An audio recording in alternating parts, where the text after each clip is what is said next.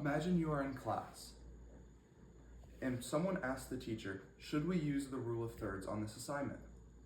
You would think nothing of this, as to your knowledge, this phrase is harmless. But that is not completely the case. The rule of thumb phrase has evolved over the years and over the time it has been used. While its history is not known to many, it truly is an interesting topic. Today I will be going over 3 main points. Number 1, the original meaning and the possible origins of this phrase, along with number 2, how this phrase has evolved its meaning into our everyday language, and the third main point, the misconceptions about this phrase, and particularly its false ties to domestic abuse.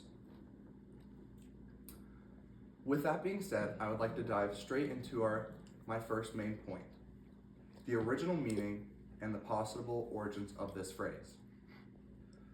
The phrase rule of thumb most likely originates from a simple method of measurement, where the thumb was being used as a particular tool for rough gauging size.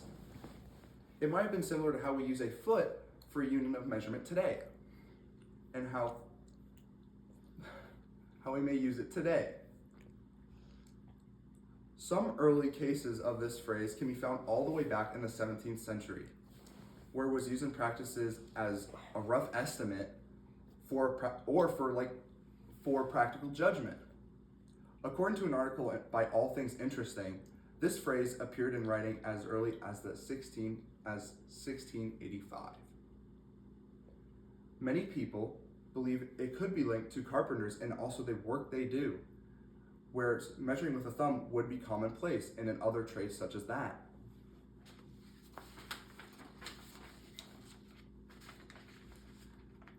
Now that we have gone over the original meaning and the possible origins of this phrase, let me touch upon how this phrase has evolved into our language now. Over the course of time, this phrase, the rule of thumb, has changed beyond its original meaning by far, to then instead become a metaphor for types of guidelines that can be used in everyday practice and in every different type of profession. By the 19th century, this phrase has began to be a specific kind of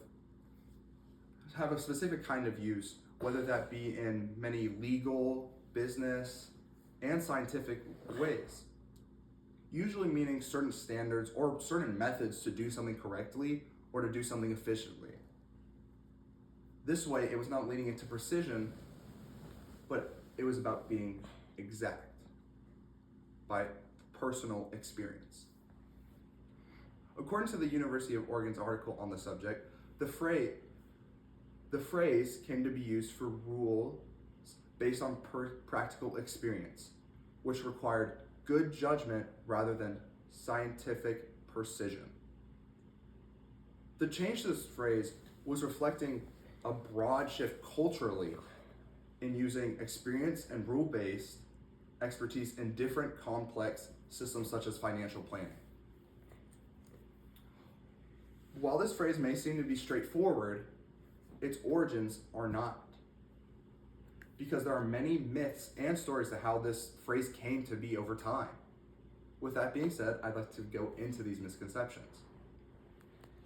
The misconception of this phrase, in particular, the false tie to domestic abuse and domestic violence, is one of the biggest discrepancies with it.